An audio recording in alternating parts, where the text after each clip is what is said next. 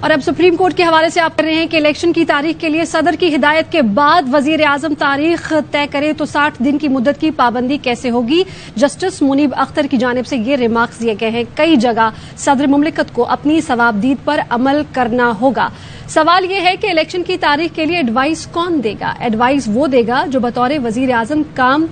جاری رکھے ہوئے ہے۔ فاروق ایچ نائک کی جانب سے راجہ محسن اجاز نے ہمیں جوائن کیا ہے، ان سے مزید تفصیلات جانتے ہیں۔ جی اپڈیٹ کیجیے۔ دیکھیے، خیبر پختونخوا اور پنجاب اسمبلی کے انتخابات کے حوالے سے سپریم کورٹ آف پاکستان میں اسکت نوٹس کیس کی سماعت اس وقت بھی جاری ہے اور آج صبح 9:30 بجے اس سماعت کا آغاز ہوا تھا اور ابھی تک سماعت میں 2 وقفے بھی ہو چکے ہیں۔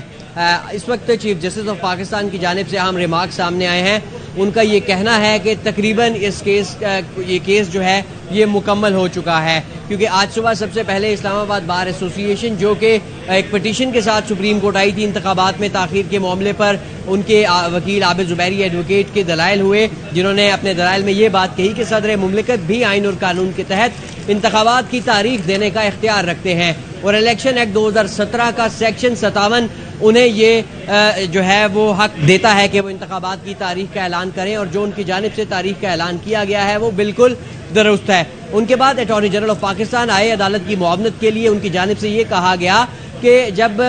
قومی اسمبلی کے یا ملک بھر کے انتخابات کا معاملہ ہو تو صرف اسی صورت میں صدر مملکت کی جانب سے تاریخ کا اعلان کیا جا سکتا ہے، ورنہ صوبائی اسمبلیوں کے انتخابات کے لیے گورنرز جو ہیں وہ انتخابات کی تاریخ دینے کے پابند ہیں۔ جب بینچ کی جانب سے بار بار یہ استفسار کیا گیا تمام وکلاء سے جو معاونت کر رہے تھے کہ اگر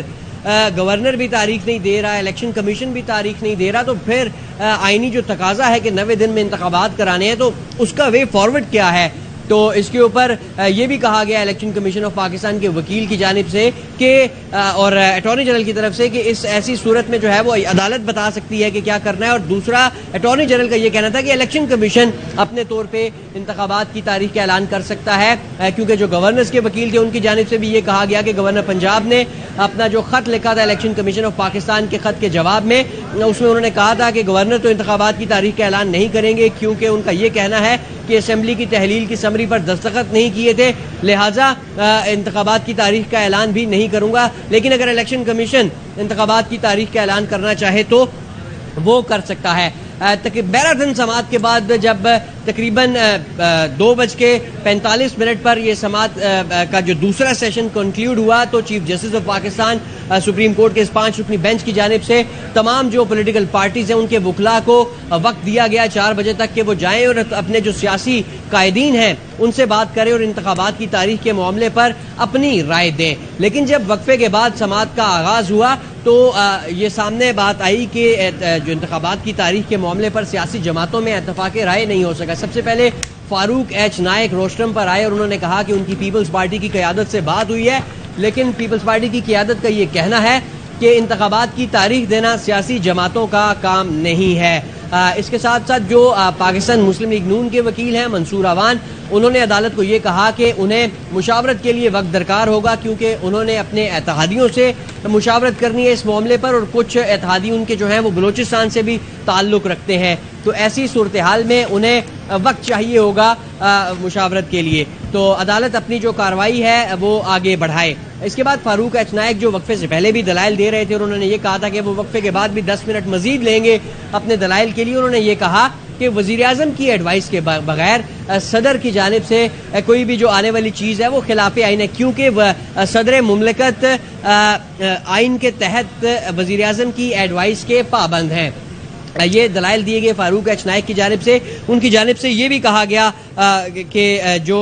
مزید پیپلز پارٹی اس بات پر پیپلز پارٹی کی قیادت کی حد تک یہ اتفاق ہے کہ یہ سیاسی جماعتوں کا کام نہیں ہے۔ جسٹس منیب اختر کی جانب سے اہم ریمارک سامنے آئے، انہوں نے یہ کہا کہ ایڈوائس اب جب آپ جس طرح آپ کہہ رہے ہیں کہ ایڈوائس بھجوائی جائے صدر کو وزیر اعظم کی طرف سے، تو ایسے میں تو 14 دن بعد وہ واپس بھی بھجوائی جا سکتی ہے اور سمری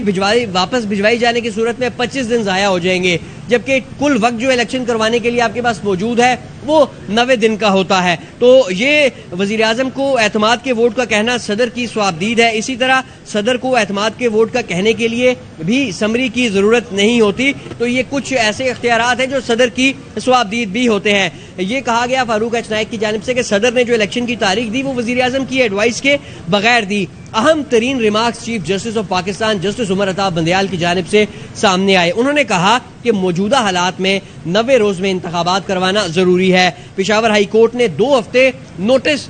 دینے میں اور جواب لینے میں 21 دن لگا دیے. ان کی جانب سے یہ بھی کہا گیا کہ لاہور ہائی کورٹ میں بھی یہ معاملہ ابھی تک زیر التوا ہے. سپریم کورٹ میں آج یہ مسلسل دوسرا دن ہے کہ اس کیس کی سماعت ہو رہی ہے اور کیس تقریباً مکمل ہو چکا ہے. یہ بھی کہا گیا تقریباً مکمل ہو چکا ہے. دوسرا روز ہے, سماعت ہو رہی ہے اور سپریم کورٹ میں فاروق ایچ نائک کے دلائل بھی مکمل ہو گئے. آگاہ کر رہے تھے آپ. اہم خبروں سے فی الحال اتنا ہی. آپ دیکھتے رہیے ARY نیوز.